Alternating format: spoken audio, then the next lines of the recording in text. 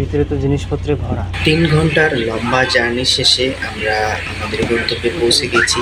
এটি মালয়েশিয়ার সবথেকে বড় bus station, TBS bus station. এখানে র্যাপিড কেএল এর যত বাস আছে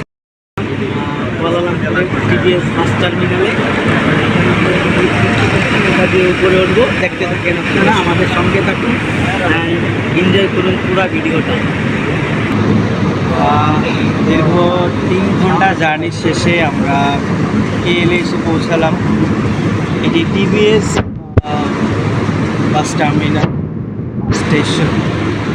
আমরা এখন এখান থেকে ট্যাক্সি করে আমরা আমাদের গন্তব্যে যাব।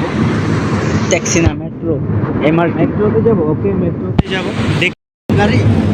সো আমরা রওনা দিয়েছি।